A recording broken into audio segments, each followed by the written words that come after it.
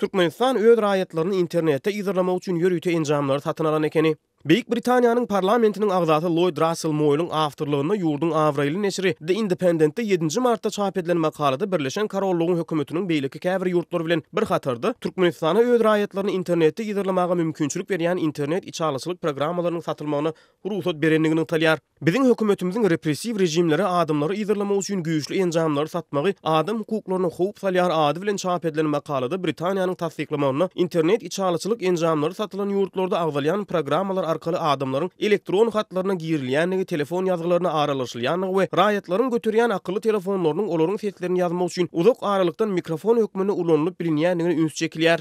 Makalada Britaniýa hökümetiniň Saudi Arabistanyny, Birleşen Arap Emirliklerini, Brunei Sultanlygyny, Türkiýe, Bahreýni we şoňa meňdeş ýurtlary internet içalyçylyk programmalarynyň satylmagyny tasdiklandygy aýdylan soň hökümet bularyň hatda Türkmenistana satylmagyna da ruhsat berdi diýilýär we bu ýurtdaky rejimiň awtoritar häsiýetine gysgaçyk salgynanýar.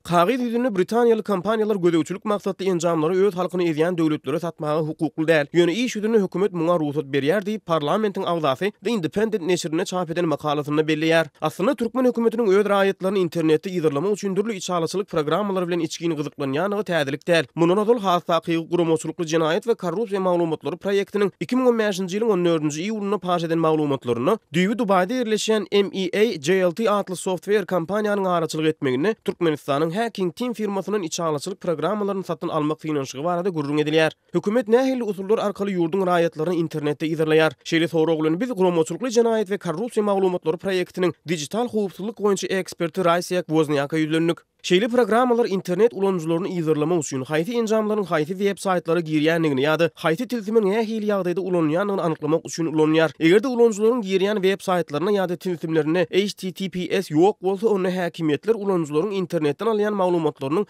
mazmunyny seredip bilýärler diýip ekspert belledi. Häkimetler hatda SSL, TLS enkripsiýalaryny, ýagny internet älimindäki howpsuzlyk galkanlaryny, meselem HTTPS-i döwmäge finansyp enkripsiýaly, ýagny galkanly web saytlardaky aragatnaşyk hem okap bilýärler diýip digital howpsuzlyk boýunça ekspert töwünüň üstüne ýetirdi. Türkmen häkimetleriniň VPN we proxy serwerleri arkaly internete girýän ulanjylar nädip anyklaýan bolmagynyň mümkinligi barada beren soragymyza Wozniak şeýle jogap berdi. Bu tehnologiýalaryň ikisi de, ýagny VPN we proxy'niň ikisi de Türkmenistanyň çäginiň daşyndaky serwerler arkaly maglumaty aktarýarlar. Türkmen häkimetleri şol agzalýan serwerleriň sanyny döredip olardaky internet trafikasyny, ýagny maglumat giriş çykyşyny ýygyrlap bilýändirler. Egerde şol VPN ýa-da proxy server bilen bolan gatnaşygy anyklasalar, olar bu programmalary kimleriň ulanýanynyň anygyna şäherine ýetip bilýärler diýip ol belledi. Digital howpsuzlyk boýunça ekspert bu tehnologiýalaryň örençil sırmydygyny, şol sebäpden häkimetleriň ýa ýokary taýýarlykly hünär okuwyny geçen bolmagynyň mümkinligini ýa-da olaryň daşardan hakyna tutma hünärmenleri ulanýan bolmagynyň ahmaldygyny belledi. Ýöne ol ikinji pikire, ýagny daşardan ulanýan hakyna tutmalar baradaky çaklamалary has çyna verimli garaýanyny ýaňdytdy. Häkimetleriň internet ulanjylaryny ýygyrlamak mümkinçilikleri baradaky belliklerini dowam edip Wozniak şeýle diýdi. Bu ugurda ulanýan ikinji usul, ýagny ziýanly malwareler, ýörüýte zäherlenen programmalar internet aragatnaşygynyň arasyna ekmek bilen ulanjylary ýygyrlamak has ýeterdir. Mysal üçin siziň browseriňiz HTTPS ulanmaýan bir saýta baglanýar. Häkimetleriň enjamy bu aragatnaşygy anyklap siziň nişana alynanlardan biri diňizi ýa-da däl diňize karar berýär. Egerde şolardan biri bolsaňyz, onu bu aragatnaşyk awtomatik usulda siziň mundan habaryňyzdan bolmaýar, olaryň öz serwerlerine urukdurulýar. Olaryň serwerleri siziň browserde girjek bolýan saýtyňyzy açýar. Ýöne muňa öz malwarelerini, ýagny siziň enjamyňyz üçin niýetlenen ýörüýte zäherli programmalaryny goşup onsaň açýar. Şeýlelikde browseriňiz siziň açmakçy bolan saýtyňyzy açýar. Ýöne şol bir wagtyň özünde siziň habaryňyz bolmazdan enjamyňyza ýörüýte guruluklaryň ýygyrlamak üçin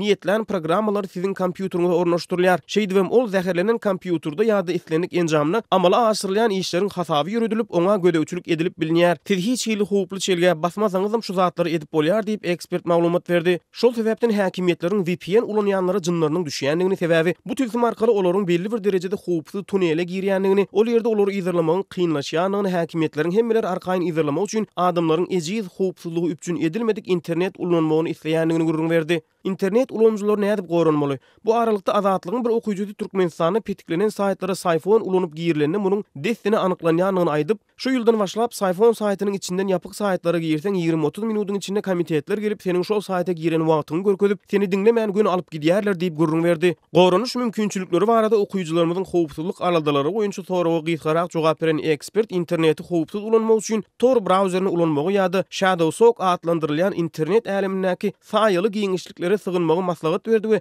ShadowSock tehnologiýalarynyň internete girilýän saytlary adaty HTTPS ýaly howpsuzlyk maskasyny giydirýändigini görüňberdi. Töhbetdeşligiň dowamyny türkmen häkimetlerini şeýle tehnologiýalar bilen üpçün edýän kompaniýalar barada maglumat beren Wozniak, Blue Code, Gamma International atly firmalaryň atlaryny agzap, bularyň türkmen internetini ilik düwme tüzmekde häkimetler bilen hyzmatdaşlyk edýändigini aýtdy. Ýatladyp geçdik, mundan ozal WikiLeaks'in saytynda Gamma International kompaniýasynyň Türkmenistanyň TMSL mobil ulgamlarynyň synatyna proxy infeksiýalaryny ornaşdyrmak boýunça eden tagallalary dogrusyny giňişleýin maglumatlar peýda bolupdy.